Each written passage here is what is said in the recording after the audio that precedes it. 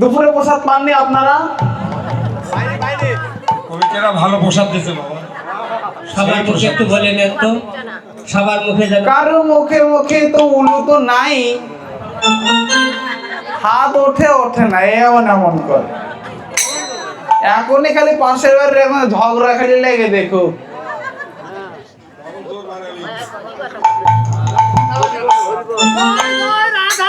তাই না? এখনই যদি কারো যদি ঝগড়া লাগে তার অস্তিত্ব রাখবে না। তাহলে এমন হয় কি এমন হয় না? নিতাই গৌর হরিবল হরিবল এমন করেন তো। রাধে কানা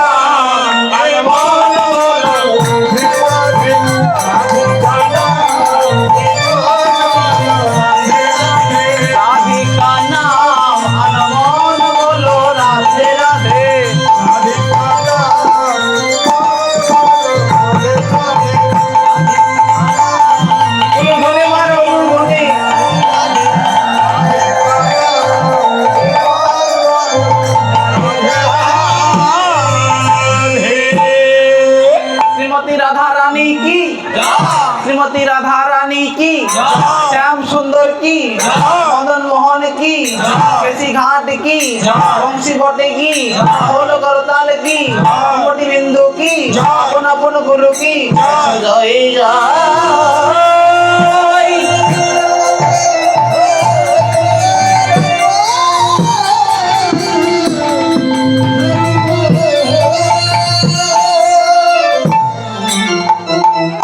যাই হোক, আমরা মধুহৈত মধুর শ্রীধাম বৃন্দাবনে প্রবেশ করেছি। আজ মধুময় মধুময় শ্রীধাম বৃন্দাবনে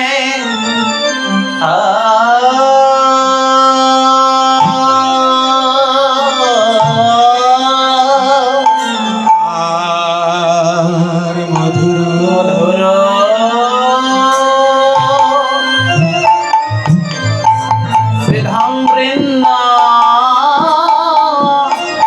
বনে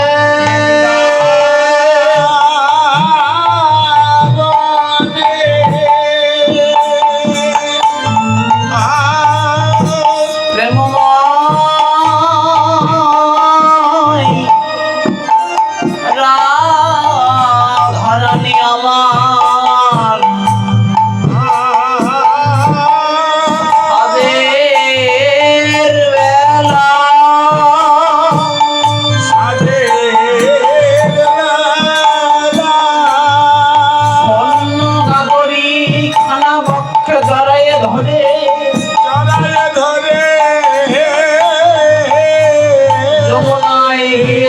জল ভরবে বলে জল ভরায় আর হলো না।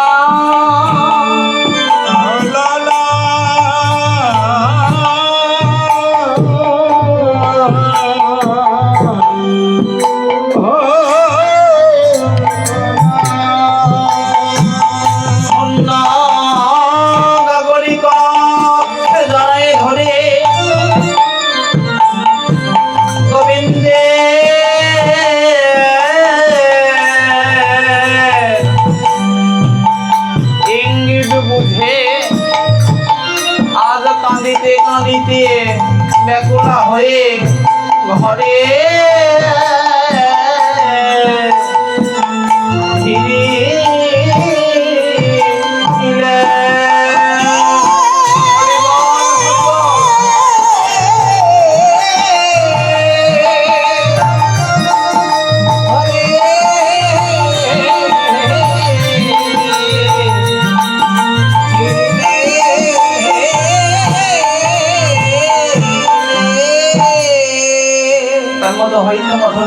বৃন্দাবনে আজ কি হয়েছে জানো?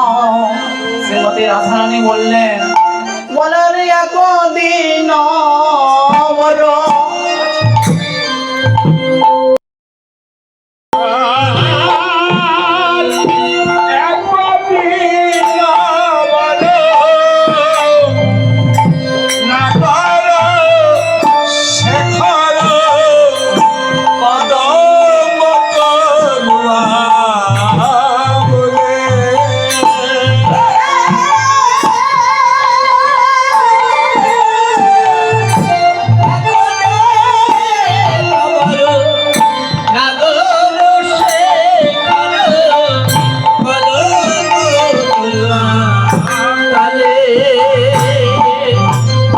আর বিশ্ব ভালো সুতে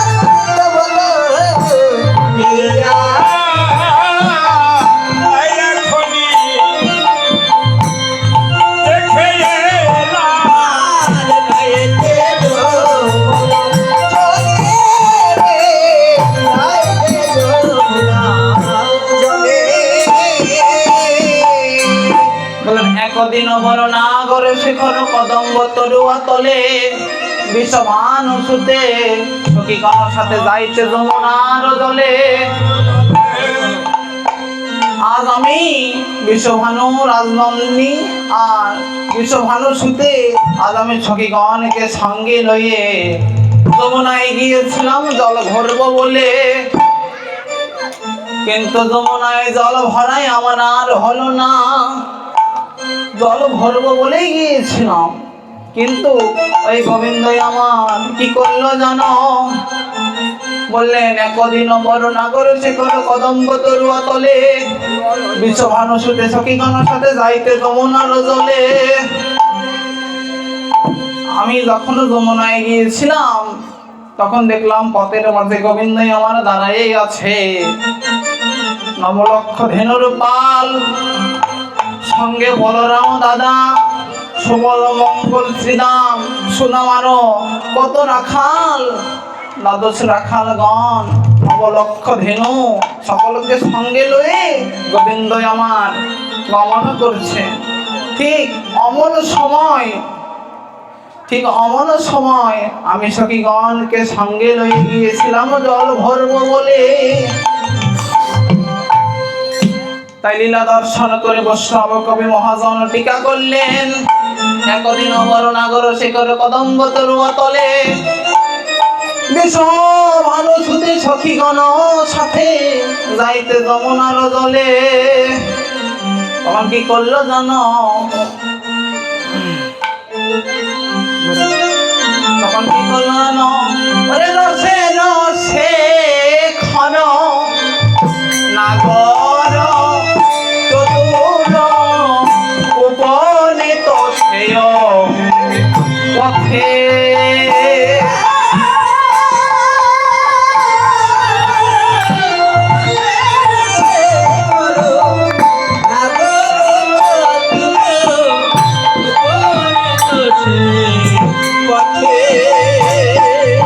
এবার শিরপরশিয়া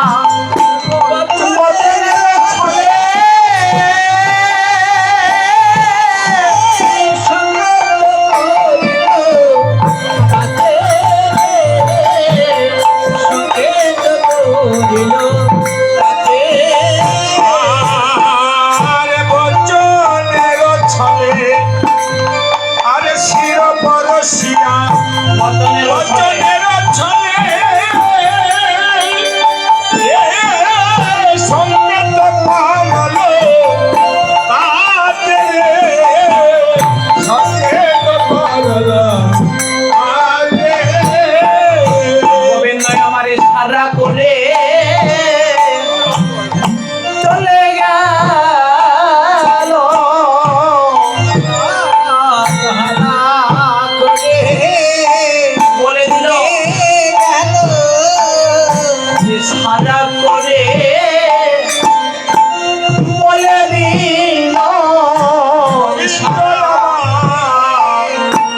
ইশারা করে বলে দিল তুমি কে স্বর্গুণ্য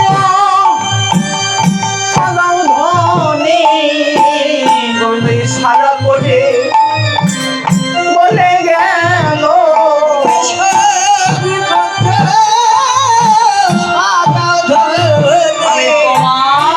কুঞ্জে যাব বলে তোমার কুঞ্জে যাব বলে ইশারা করে বলে দিল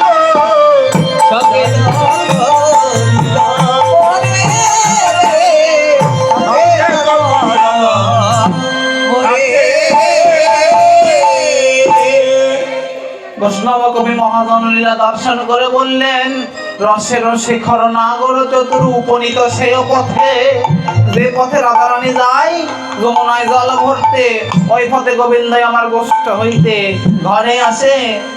বৈষ্ণব কবি তখনই বললেন রসের নাগর শেখর নাগর চতুর উপনীত সেই পথে এবার মৎসির পরশিয়া বচনের ছলে সংকেতে করলো তাতে গোবিন্দই আমার বলরাম দাদার সঙ্গে ছিল বলে প্রতিদিন শ্রীমতী রাধারানীর সঙ্গে যমুনার ঘাটে গোবিন্দই আমার কথা বলে, কিন্তু আজ আর তার ভাগ্যে হলো না। কেন? গোবিন্দ আমার যতই পিছনে অগ্রসর হয় বলরাম দাদা ততই করের সঙ্গে কর লাগাই সঙ্গে সঙ্গে চলে। আমার বলছে কানাই রে তোর ভাব তো বুঝি না, তুই প্রতিদিন গৃহেতে ফিরে দেরি করে মায়ের কাছে কত বকায় আমায় খেতে হয়, তবে তুই অমন করিস কেন ভাই বল? বলে ওগো দাদা আমার যে ধবল বাছুরি হারাইয়ে যায় আমি কেমন করে যাব বলো? আমার যে ধবল বাছুরি আমি খুঁজতে গেলে দেরি হয়ে যায়।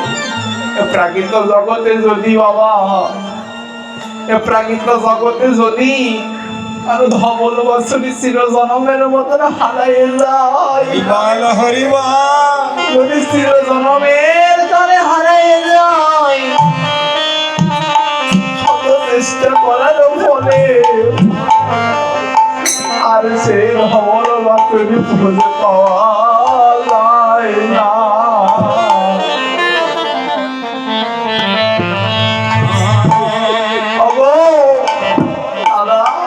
আমি তো ঘরেই যাব, আমি আমার যে ধবল বাছুরি যদি পিছে পড়ে আমি কেমনে যাব বলো? কলির জীবকে শিক্ষা দিলেন অব কলির জীব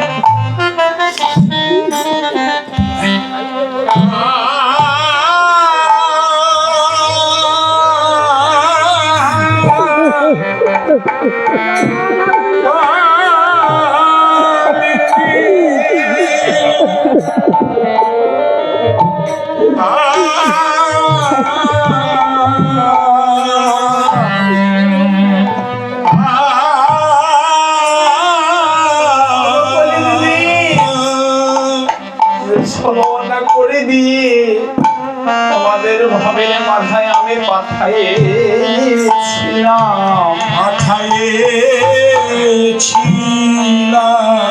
এই মায়াময় সংসার মাঝে তোমাদের ছলনা করে দিয়ে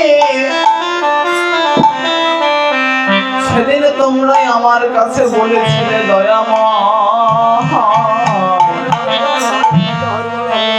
তুমি আমাদের ছলনা করে বোঝাই দাও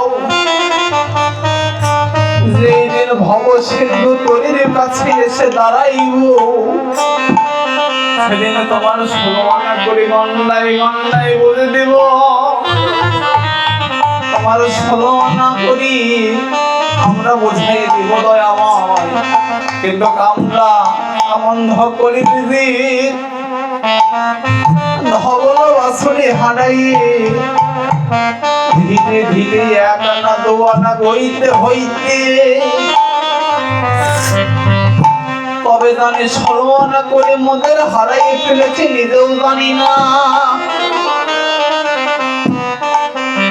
যদি 16 আনা করি যেদিন আমাদের হস্তে তুলে দিয়ে বলেছিল লাভটুকু আমায় দিবে, লস তোমার পূরণ করতে হবে না, তুমি শুধু আমাকে লাভ দিবে, লসের ভার না হয় আমি নিব। দয়াময় তুমি 16 আনা করে দাও, তোমার কাছে একটি মিনতি, তুমি আমায় 16 আনা করে দিবে দাও, তবে তোমার কাছে একটি মিনতি দয়াময়, ওই মায়াময় সংসারে গিয়ে আমি তোমার জন্য ভক্ত সঙ্গ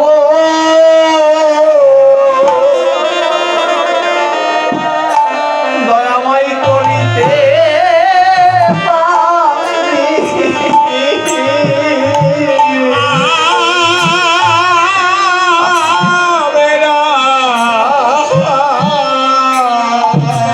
জয় গৌর হরিবল হরিবল।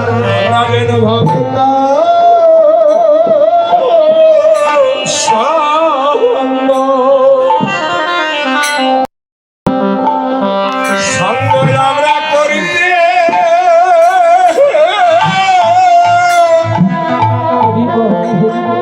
আমরা করিতে পারি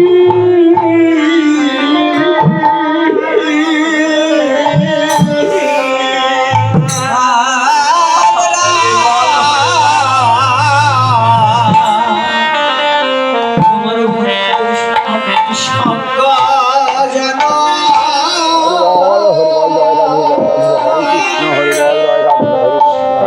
করিতে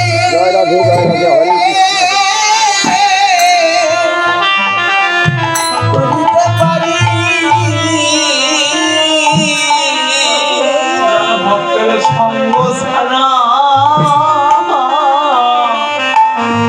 দয়াময় করো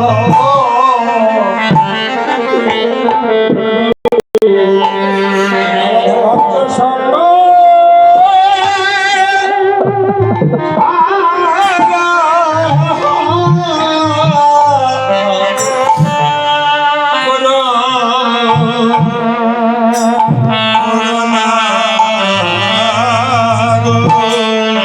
ভক্তের সঙ্গ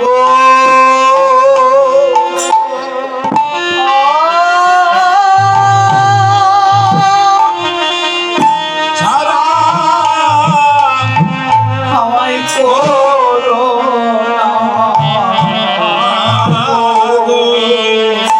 তোমার ভক্তের সঙ্গ